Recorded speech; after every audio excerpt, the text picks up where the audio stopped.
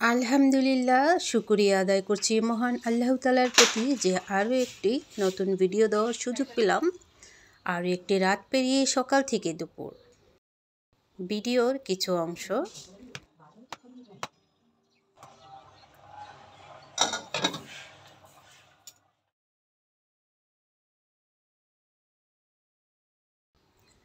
আসসালামু আলাইকুম সবাইকে শুভ সকাল। সকালবেলা চায়ের হাঁড়ি তো চাপিয়ে দিলাম, মশলার চা বসিয়ে দিয়েছি। মাঝে মাঝে দুধ চা দেই, আবার মাঝে মাঝে এরকম মশলার চাটাই আমার মনে হয় অনেকটা উপকার আসবে ইনশাল্লাহ।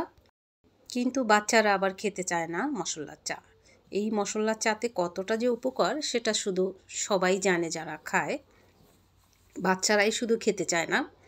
তো এই মশলার চাতে আদার পাউডার, এলাইচের পাউডার দিলাম, দারুচিনি, লবঙ্গ, তেজপাতা, গরম মশলা দিয়ে, চা পাতি দিয়ে, কিছুটা আবার থাকে তুলসী পাতা। আকাশটা যেন একদম মেঘলা, রোদ্র দেখা নেই। চা খেয়ে দৈনন্দিন যে কাজকর্ম সেটা নিয়েই আসি। আমার লাইফস্টাইল, আমার কাজকর্ম সব কিছু আপনাদের ভীষণ ভালো লাগে, তাই আপনাদের সঙ্গে শেয়ার করি। চায়ের হাঁড়ি সব কিছু ময়লা হয়ে গেছে, এগুলো এখন ধুয়ে নিব।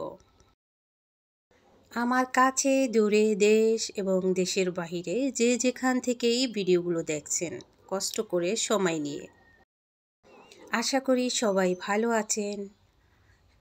আপু, ভাইয়া, আঙ্কেল, আন্টিরা, ছোট্ট ছোট্ট সোনামণিরা, যারা নতুন এসেছেন ওয়েলকাম আমার কুকিং ব্লগে। যারা শুরু থেকে এই পর্যন্ত আছেন অনেক ভালোবাসা আমার অন্তরের অন্তরস্থল থেকে। ভিডিও স্কিপ না করে শুরু থেকে শেষ পর্যন্ত দেখুন, আশা করি অনেক ভালো লাগবে। ভালো লাগলে দেখবেন, ভালো না লাগলেও দেখবেন। দেখতে দেখতে ভালো লাগা হয়ে যেতেও পারে আমার এই ছোট্ট পরিবারে। এই বেডশিটগুলো অনেক দিন হয় পাতা হয়েছে, মানে বাড়ি থেকে আসছি তার আগের দিন আপনাদের ভাইয়া চেঞ্জ করেছিল, তারপরে আর চেঞ্জ করা হয়নি। ছেলের রুম, মেয়ের রুমের বেডশিটগুলো এখন চেঞ্জ করে নিব। আর আমার রুমে তো কম্বলের কাপড়ের যে বেডশিটটা, ওইটা যখন তখনই চেঞ্জ করা যায় না, ভারী একটা জিনিস। তো ভাবছি শীতের এই সময়টা পার করে দিব, তারপরেই আবার উঠিয়ে ফেলবো। আবার ইনশাল্লাহ বেঁচে থাকলে আবার আগামী শীতে আবার নামাবো। কি পরিমাণের ধুল! আর বলুন তো, তোশকের নিচে শপিং ব্যাগগুলো এভাবে রাখাই হয়? আমি তো জানি আমার আইডিয়া অনুযায়ী প্রত্যেকটা ঘরেই এরকম তোশকের নিচে শপিং ব্যাগগুলো রাখা হয়। কে এই কাজটা করেন অবশ্যই কমেন্ট করবেন। তো বেডশিটগুলো এখন আজকেই ভিজিয়ে দিব। আমার বাচ্চার কিছু ময়লা কাপড় আছে, তার সঙ্গে এই দুটো বেডশিট দিয়ে দিব, ময়লা দুই একটা। আর ছেলের বাবারটা আবার একসাথে ধুই। প্লিজ যারা এখনও লাইক দেননি আমার ভিডিওটি লাইক দিয়ে কন্টিনিউ করবেন। ফ্রেন্ড সার্কেলদের মাঝে আমার এই ভিডিওগুলো শেয়ার করে দিবেন। প্রতিদিন দৈনন্দিন যে কাজকর্ম নিয়ে থাকি সেই কাজকর্ম, ব্লগ ভিডিও, রান্না, প্রিয়জনের আবদার সব কিছুই পূরণ করতে হয়, তাই না? তো আজকে স্পেশালি দুটো রেসিপিও আছে আমার এই ভিডিওতে। তো সব কিছু মাথায় নিয়ে গৃহিণীদের যে একদম রান্না খাওয়া এই শহরে তা কিন্তু নয়, মেলা কাজ থাকে, তাই না? আপনি কাজ যদি বাড়িয়ে নেন, কাজের কিন্তু অভাব থাকে না, কাজের শেষ নেই। এইটুকু করব, ওইটুকু করব, এরকম করতে করতে না পুরো সংসারটা যখন পরিষ্কার রাখি, পরিপাটি রাখি, কাজের কিন্তু শেষ থাকে না। কথায় কথায় আমার ছেলের রুমটা গুছিয়ে নিব, মেয়ের রুমটা তো গুছানো হয়ে গেছে। তো এখন যাব ছেলের রুমে। আর যতক্ষণ না এই কাজগুলো আমার করা হয় ততক্ষণ আমার রান্নার কাছেও যাই না দুপুরবেলা। কাজগুলো যখন করা শেষ হয়ে যায় সকাল, আপনার বাচ্চা স্কুলে বিদায় দিয়ে এরপরে যে বিছানা গুছানো এবং প্লেট থাকে ময়লা ধোয়া এবং মোছা, ডাইনিং এবং কিছু ফার্নিচার দু একদিন পর পরই মুছতে হয়, সেগুলো প্রায় 10টা পর্যন্ত এই কাজগুলো আমার করতে হয়। তো 10টার পরে আবার রান্নাঘরে চলে যাই দুপুরে রান্না চাপিয়ে দেওয়ার জন্য। এর মাঝে এতটুকু বসে থাকি না, যদিও কাজ করি, সেটা হচ্ছে ভিডিও যে রেডি করা। ভিডিওতে কত কাজ থাকে সেটা আপনারা ইউটিউব জগতে যারা আছেন সবাই জানেন। যতটুকু ফ্রি থাকি ওই ফ্রিটা শুধু ফ্রি নয়, ওটা এই যে এডিটিং, থাম্বনেল, টাইটেল, এবং যখন টাইটেল কি দিব তখনও কিন্তু কতবার ভাবি কি দিব। এখানে শুধু তাই নয় যে রান্না বান্না করি, ভিডিও করলাম, ছেড়ে দিলাম, তা কিন্তু নয়। আমার অনেক আপু ভাইয়ারা আছে যে কাজগুলো করে থাকেন, তারা জানেন যে একটা ভিডিওতে কি পরিমাণের কাজ থাকে। ছেলের রুমটা কথায় কথায় আমি গুছিয়ে নিলাম, এখন সোফাটা ঝেড়ে নেব। সোফার সেটটা এখনও চেঞ্জ করা হয়নি। সোফার কাভারগুলো অনেকটা ময়লা হয়ে গেছে। তো ভিডিওতে অনেক কিছু আছে। একটা ভিডিও যখন, এই ভিডিওটাই দেখুন প্রায় 32 মিনিটের মতো হয়ে গেছিলো। সেটাকে কিভাবে আমি 20 মিনিটের কাছাকাছি নিয়ে আসছি, 20 মিনিট নিয়ে আসছি। হ্যাঁ, এটাই অনেকটা সময় নিয়ে কেটে কুটে কত কি করে লেখালেখি কত কি থাকে। এতটা সহজ না, ইউটিউব জগতে যারা জড়িয়ে গেছেন তারাই একমাত্র জানেন। যাই হোক, এই দুপুরে রান্নার জন্য টেনশন হচ্ছে, এখন যাব কাজকর্ম সব শেষ করে। আর এই শীতের সময়টা না, বৃষ্টি হয় না তো, প্রচুর পরিমাণে ধুল হয়। আর এই ধুলের জন্য একদম সাদা সাদা হয়ে থাকে, একটাই সমস্যা, দু একদিন না যেতেই।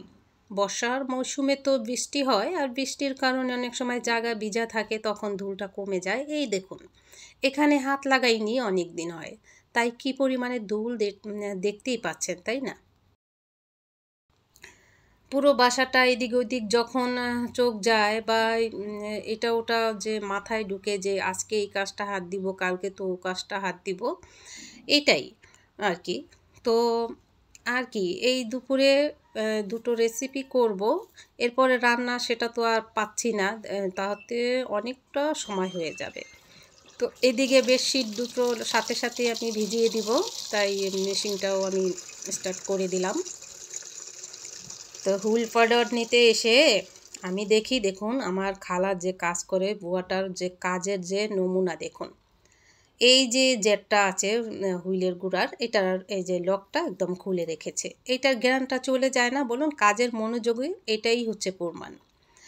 এই যে যখন মুছে লাইজেল তো নেয়, তা আমি ভাবছি একটু করে আবার হুইলের পাউডারটাও নিয়ে নিন।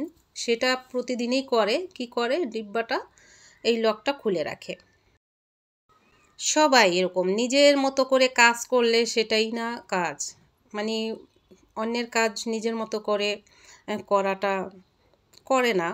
এই যে কিভাবে মুখটা খুলে তারপরে রেখে গেছে। তো যাই হোক, এখন আমি এই বিছানাগুলো দেখলেন কি ঝাড়লাম, ধুল হয়েছে, যে খালা আবার কখন আসবে, মুছবে, ঝাড় দিবে, এই অপেক্ষা কখন। তা আমি ভাবলাম ময়লাটা হালকা করে দেই একটু ঝাড় দিয়ে, এই জন্য আমি একটু ঝেড়ে ময়লাগুলো একটু কাচিয়ে নিয়ে যাব, এই জন্য আর কি আমি একটু ঝাড় দিচ্ছি। ময়লা কিন্তু কম বের হয়নি, কিছু পেপার বের হয়েছে ছোট ছোট ময়লা, এবং এই ঝাড় দিলেই এত এত বের হয়। আর অনেক সময় এদিক ওদিক চোখ দিয়ে বলি যে খালা এই খাটের নিচগুলো অন্তত সপ্তাহে একবার করে হলে ঝাড়ু দিয়ে বের করবেন। সত্যি, আমি যদি না এই ঘর মোছার সব কাজ শেষে ঘরটা মুছতে একদম ভালো লাগে না। এই জন্যই ভালোও লাগে না, আবার সময়ও পাই না, না হয়তো আমি মুছে নিতাম,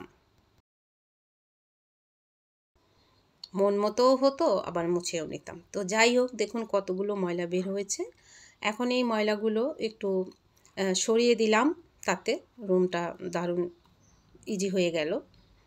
চোখের সামনে ধুল ময়লা, সেই একজনের অপেক্ষা করব। তো যাই হোক, চলে আসলাম আমি এখানে দুধের রসমালাই তৈরি করব।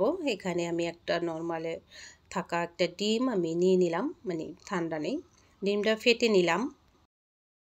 সম্পূর্ণ ঘর রুম সব পরিপাটি করে চলে আসলাম আমার কিচেনে। এখানে আমি প্রায় 2 কাপের মতো নিয়ে নেব পাউডার দুধ। আপনারা ইচ্ছে অনুযায়ী মিষ্টি কীরকম বানাবেন সে অনুযায়ী নেবেন। আমি 1 চামচের 4 ভাগের 1 ভাগ দিয়ে দিলাম বেকিং পাউডার, আর দিয়ে দিলাম এখানে একটুখানি এলাচের পাউডার ফ্লেভারের জন্য। এই মিষ্টিটা এতটা নরম হয় আর এতটা আমি ছোট করে চিকন করে বানাবো, দেখবেন কত ফুলে নরম হয়ে যায়। এখন আমি দিয়ে দিলাম 1 চামচের 4 ভাগের 1 ভাগ বাটার। বাটার যদি না থাকে সেই ক্ষেত্রে আপনারা একটু ঘি দিতে পারেন, তবে তেল দিবেন না। তো 1.25 কাপ পাউডার দুধের সাথে একটা ডিমে একদম পারফেক্ট হয়ে গেছে। তো ডিমটা ফেটে নিয়ে আমি একসাথে ঢালি নেই, অল্প অল্প করে ঢেলে নিচ্ছি। যদি অতিরিক্ত পাতলা হয় তবে একটা ডিমেই কিন্তু হয়ে গেছে আমার। ঘরে থাকা একদম উপকরণ দিয়ে পারফেক্ট এবং ভেজাল মুক্ত এবং দুধের রসমালাই, বিশ্বাস করুন এতটা মজার হয়েছে মাশাআল্লাহ। তো ভালো করে মুথে নিয়ে নরম নরম একটা ডো পাকা হয়ে গেছে, এই যে দেখুন। এখন আমি সাইজ অনুযায়ী মিষ্টিগুলো বানিয়ে নেব। আমি এক সাইজের করেই লম্বা করে, গোল করে বানাবো না, লম্বা করে কয়েকটা মিষ্টি তৈরি করে নেব। এই যে এইভাবে সবগুলো আমি তৈরি করে নেব। এগুলো দুটো রেসিপি করে তারপরে সঙ্গে থাকুন, আশা করি অনেক ভালো লাগবে। আর এই তো সবগুলো মিষ্টি আমার হয়ে গেছে, দেখুন প্রায় 14টা মিষ্টি হয়েছে এখানে। আর চিকন আর কতটুকু, তাই না? দেখবেন ফুলে কীরকম হয়। এখানে আমি হাঁড়ি একটা চাপিয়ে দিলাম। এখন 1.25 কাপের মতো চিনি দিয়ে দিলাম। এটা লাল চিনি, আপনারা চাইলে সাদা চিনিও দিতে পারেন। এই যে কালার চলে আসছে, চিনিটা গলে গেছে।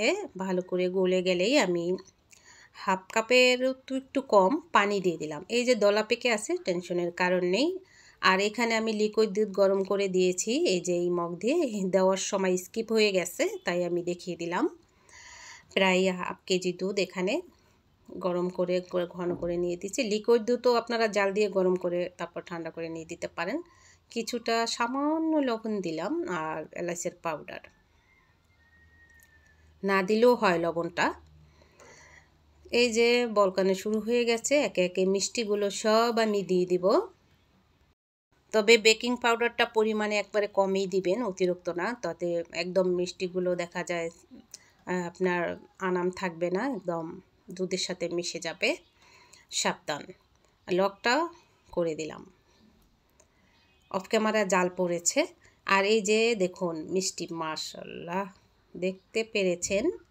তো এইভাবে আপনারা চামচ দিয়ে লাড়বেন না, এইভাবে যে পাতিলের যে ডাট আছে ওটা দিয়ে একটু নেড়ে দিবেন আর ঢাকনা দিবেন, আবার উঠাবেন। এরকম করে প্রায় কয়েক মিনিট জাল দিয়ে নিয়েছি। চুলা অফ করে দিব। চুলা অফ করার পরে এই যে শিরাটা দুধের টেনে গেছে আর মিষ্টিটা দেখুন ডাবল হয়ে গেছে, মাশাআল্লাহ। আর অফ ক্যামেরায় একটা ব্যাপার হয়ে গেছে, এই যে দেখুন আনাম না মিষ্টিগুলো, একদম আনাম। কিন্তু যখন আমি ওই যে মশলা কন্টেনারটা রাখলাম কর্নার থেকে, একদম কাচের একটা ওই সচের বোতল আমার মিষ্টির উপরে পড়ে একদম অনেকটা মিষ্টি ভেঙে গেছে। মিষ্টিগুলো কিন্তু একদম আনাম রয়েছে আর কত বড় আর সফট হয়েছে সেটা আপনাদের চোখের সামনেই, মাশাআল্লাহ দেখুন। এখন পড়েনি, যখন আমি ওই যে মাটির একটা প্লেটে সার্ভ করলাম তখনই একদম থুতে গিয়ে কাচের বোতলটা ঠাস করে পড়ে গিয়েছিল। তো যাই হোক, আমি মিষ্টিটা খেয়েও দেখালাম। ভালো লাগার জন্য কিছুটা কেশর এবং মজাও লাগে, সেজন্য ছড়িয়ে ছিটিয়ে দিলাম কেশর, না থাকলে স্কিপ করতে পারেন। আর এখন আমি একটা কেক তৈরি করে নেব। ফ্রিজ থেকে আমি 1 ঘন্টা আগে 4টা ডিম নামিয়ে রেখেছিলাম। ঠান্ডা ডিম দিয়ে একদম সরাসরি কেক হবে না। এখন ইয়েলো কালারটা আমি উঠিয়ে নিব। ভিডিওটা যখন আরামসে দেখি মনে হয় অনেকটা সহজভাবেই, কিন্তু না, এই ভিডিওতে অনেকগুলো কাজ করে তারপরে রেডি করেছি। এখন দেখুন সাদা অংশটা আমি ইলেকট্রিক বিটার দিয়ে বিট করে নিচ্ছি, একদম বাবল ফেনা হয়ে যাবে। অফ ক্যামেরায় কিন্তু অনেকটা সময় বিট করেছি, সেটা আসলে লং হয় তাই অতটা লং সময় দেখাতে পারি না। এই যে দেখুন একদম সাদা অংশ, এখনও কিছু দেইনি, এখন ইয়েলো কালারটা দিয়ে দিব। ভিডিওটা রেডি করতে করতে দেখা যায় রান্নার সময়টাও পার হয়ে যায়, এমন একটা সময় আসে। ভিডিওটি রেডি করে আপলোড করা এতটা সহজ নয়। তো যাই হোক, আপনাদের ভালোবাসা পেলে আমি এই কাজগুলো করতে কোনো রকমের দ্বিধাবোধ করি না। এখানে চিনিটা কেকে কীরকম দিবেন সেটা আপনাদের উপর ডিপেন্ড করবে। আর আমি তো আমার মন মতো চিনিটা দিয়ে দিলাম। অল্প অল্প করে চিনিটা দিব আর বিট করে নিব। তবে প্রায় 1 কাপের মতো চিনি আমি এখানে দিয়েছি। আইডিয়া মতো 1 কাপ চিনি দিয়েছি। একদম ঠিকঠাক মিষ্টি হয়েছে। মিষ্টিটা যতক্ষণ না চিনি গলবে ততক্ষণ আপনার এইভাবে বিট করতে হবে। কেকে মিষ্টিটা মাশাআল্লাহ এত সুন্দর হয়েছে, বেশিও না কমও না। এখন আমি 1.5 কাপের মতো রেগুলার যেই তেলটা খাই আমরা রান্না করে, সেই তেলটা দিয়েই এখন একটু একটু করে দিব আর বিট করে নিব। একটু একটু করে তেল দিব, একবারে দিতে যাব না। তবে তেল দেওয়ার পর বেশি আর বিট করা যাবে না, তাতে তেলটা দেখা যায় ছেড়ে দেয়। এই যে, তো হয়ে গেছে। এখন আমি 1 কাপ ময়দা নিব এখানে, আর অবশ্যই চেলে নিতে হবে। দিয়ে দিলাম 1 চামচ আমি এখানে বেকিং পাউডার। 4 চামচের 1 চামচের মানে 1 চামচের 4 ভাগের 1 ভাগ দিয়ে দিলাম বেকিং সোডা। ভালো করে মিশিয়ে নিয়ে চেলে নিব। অল্প অল্প করে চালবো আর ভালো করে আমি নাড়া দিয়ে নেব। বাস, 4টা ডিমে 1 কাপ ময়দাতেই যথেষ্ট, পারফেক্ট। যেভাবে ঘুরিয়ে ঘুরিয়ে আমি মিশিয়ে নিব যাতে কোনো রকমের ময়দা না থাকে শুকনো। আবারও বাকিটা আমি দিয়ে এইভাবে করে ঘুরিয়ে ঘুরিয়ে মিশিয়ে নিব।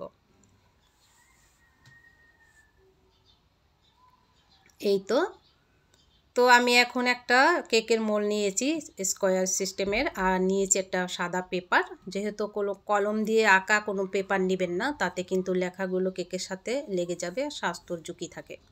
ব্রাশ দিয়ে চারোদিকটাই কেকের মোলটাকে আমি তেল ব্রাশ করে নিলাম, তাতে কেকটা সুন্দরভাবে উঠে আসবে।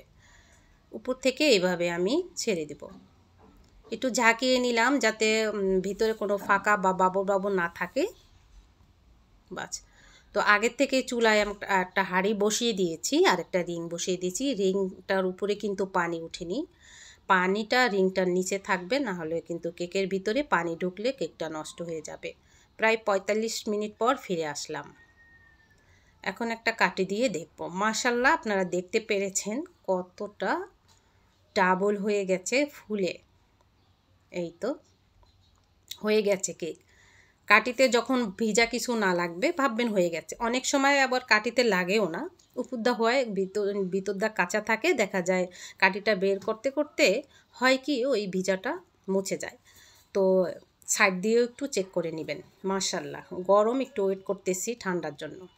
তো একটু ঠান্ডা হয়ে গেছে। এখন আমি পেপারটা দেখুন কি সুন্দরভাবে উঠে আসছে, আর মাশাআল্লাহ কালার কেকের আর এত সুন্দর হয়েছে কি বলবো আর। তো কেকটা যেমন হয়েছে ডাবল আর এত সুন্দর কালার। তো এটা আমার সত্যি, আমরা মুসলিম, আমাদের জন্মদিন পালন করা একদম ঠিক না। তারপরও ছেলের আজকে বার্থডে ছিল, তো আমি এখনই কেকটা একটু বানালাম এর জন্যে যাতে মন খারাপ না করে, আপনাদেরকে একটু বললাম। আর ওই যে রসমালাই বানালাম, এই আর কি। তো আপনারা শুধু দোয়া করবেন ভালো একজন মানুষ যেন হতে পারে। শুধু পড়াশোনা করেই যে একবারে পারফেক্ট হবে, সব দিক দিয়ে ভালো মানুষ হলেই ভালো মানুষ। এবার তো মাশাআল্লাহ ফার্স্ট হয়েছে। আর এইভাবে করে একটু কেটে আমি খাচ্ছি, আর সন্ধ্যায় আপনার ভাইয়া সবাইকে দিয়ে দিব। এই যে দেখুন মাশাআল্লাহ অনেকটা সুন্দর হয়েছে, অনেকটা। তো আমি কেটে দিলাম, যেহেতু কেক কাটা জন্মদিন পালন করা একদম ঠিক না আমাদের জন্য, তাই এগুলা করতে চাই না। তো কোনো নিয়ম ছাড়াই আমি কেকটা এইভাবে কেটে রেখে দিলাম।